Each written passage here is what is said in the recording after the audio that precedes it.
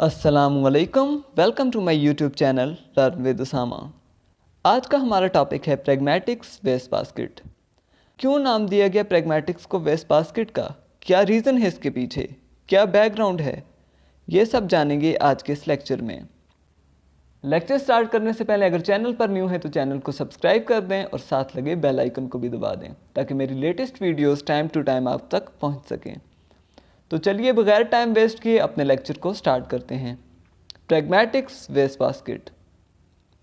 Why is pragmatics called waste basket? What is the reason behind the concept of pragmatics waste basket?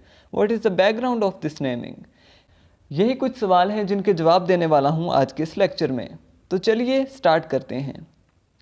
इस concept को समझने के लिए ज़रूरी है कि हम एक जनरल सा आइडिया ले लें कि प्रैग्मैटिक्स क्या है।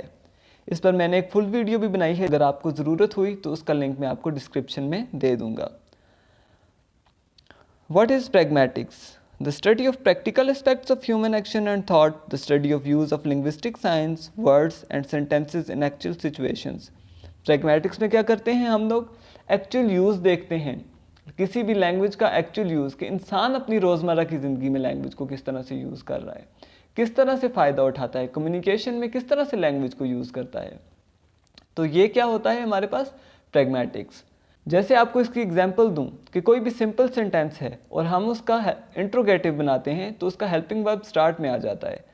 For example, he is going to college, तो इसका इंट्रोगेटिव कैसे होगा? Is he going to college.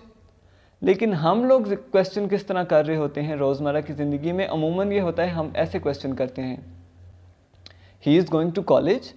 हम अपने एक्सेंट में अपनी स्ट्रेस से शो कर रहे होते हैं क्वेश्चन, तो हम वो प्रॉपर रूल फॉलो नहीं कर रहे होते।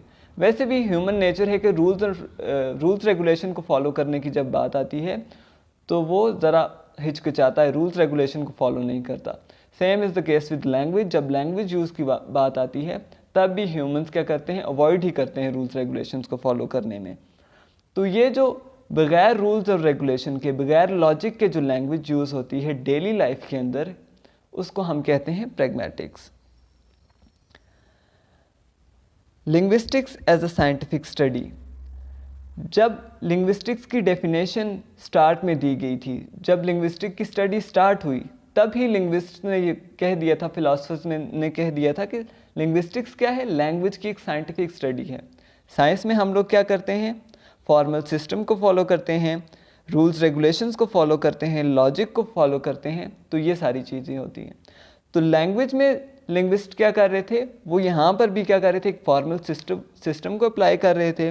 मैथमेटिक्स, मतलब मैथमेटिक्स में क्या होता है? फार्मूलाज होते हैं, रूल्स होते हैं, रेगुलेशंस होते हैं। लैंग्वेज में भी सेम वही कर रहे थे, रूल्स रेगुलेशंस को अप्लाई कर रहे थे, लॉजिक्स ढूंढ रहे थे हर चीज़ में, यूनिवर्सैलिटी ढूंढ रहे थे कि यूनिवर्सल हो, हर लैंग्वेज पे ये रूल्स एंड रेगुलेशंस अप्लाई हो जो कि एक में होते हैं। तो इस तरह से लैंग्वेज को एक साइंस बनाने की वो कोशिश कर रहे थे। तो इस स्टडी के दौरान क्या हुआ? उनको कुछ ऐसे उनको इन एब्स्ट्रैक्ट आइडियाज़ को फाइंड करते हुए कुछ ऐसी चीज़ें मिली जो बिल्कुल रूल्स और रेगुलेशन से परे थी, जिनमें लॉजिक बिल्कुल भी नहीं था। इसकी आपको इस प्रैग्मैटिक्स वेस्ट बास्केट के कॉन्सेप्ट को समझने के लिए ज़रूरी है कि आप लोग लेट करें, आप लोग इमेजिन करें कि लिंग्विस्ट एक टेबल पे बैठे हुए हैं और वो सारे क्या कर रहे हैं? स्टडी कर रहे हैं लैंग्वेज को, लैंग्वेज की स्टडी जारी है। जैसा कि आपके सामने पिक्चर में आप इसको एज्यूम करें कि लिंग्विस्ट हैं और टेबल पर बैठ के क्या स्टडी कर रहे हैं? लैंग्वेज के बारे में। अब टाइम है कि लैंग्वेज में स्टडी ज़्यादा हो रही है और वो डिफरेंट फील्ड्स में इसको डिस्ट्रीब्यूट कर रहे हैं और वो लैंग्वेज के जो एब्स्ट्रैक्ट आइडियाज़ हैं, जो लॉजिक्स हैं, उन सब चीज़ों के बारे में स्टडी कर रहे हैं।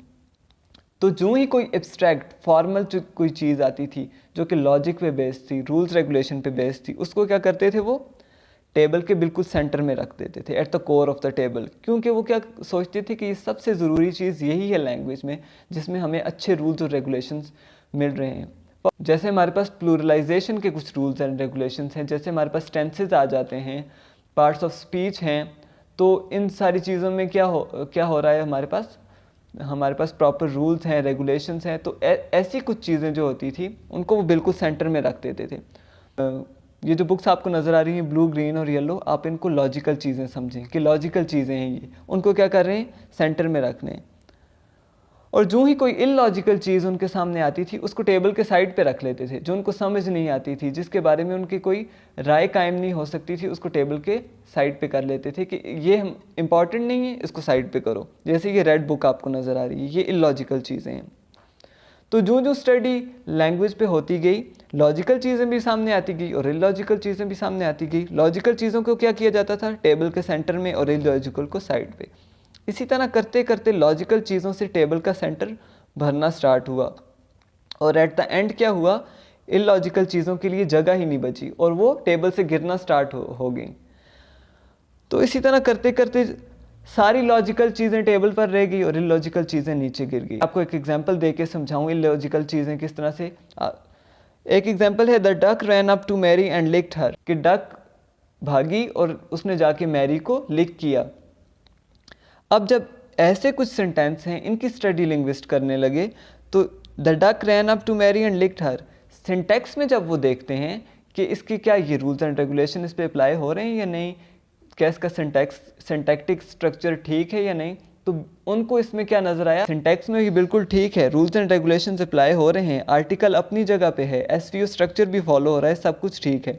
तो फिर वो ऐसे सेंटेंसेस को आगे लेके जाते हैं। फॉर एग्जाम्पल इसी सेंटेंस पे वो स्टडी कर रहे हैं सिमेंटिक्स के मीनिंग के लिहाज से ये सेंटेंस ठीक है कि नहीं। फिर वो देखते हैं the duck ran up to Mary, कि डक भागी मैरी तक। अब डक जो है वो एनिमेट एंटिटी है, भाग भी सकती है, तो यहाँ तक तो ठीक है। जब अगली बात आती है लिक्ड मैरी, तो क्या कोई डक किसी को लिक कर सकती है?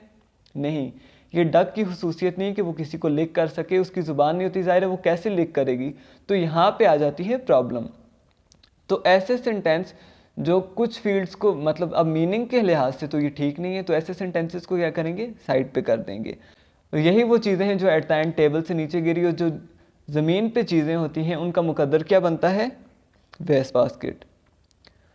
और यही इलॉजिकल, जिनमें रीज़न नहीं है, जो एब्स्ट्रैक्ट नहीं है, जिनमें यूनिवर्सैलिटी नहीं है, जो कोई रूल्स रेगुलेशन फॉलो नहीं करते, ये सारी चीज़ें हमारे पास एट द एंड किसके रूप में आई, प्रैग्मेटिक्स के रूप में, जिसको हम आजकल स्टडी कर रहे हैं।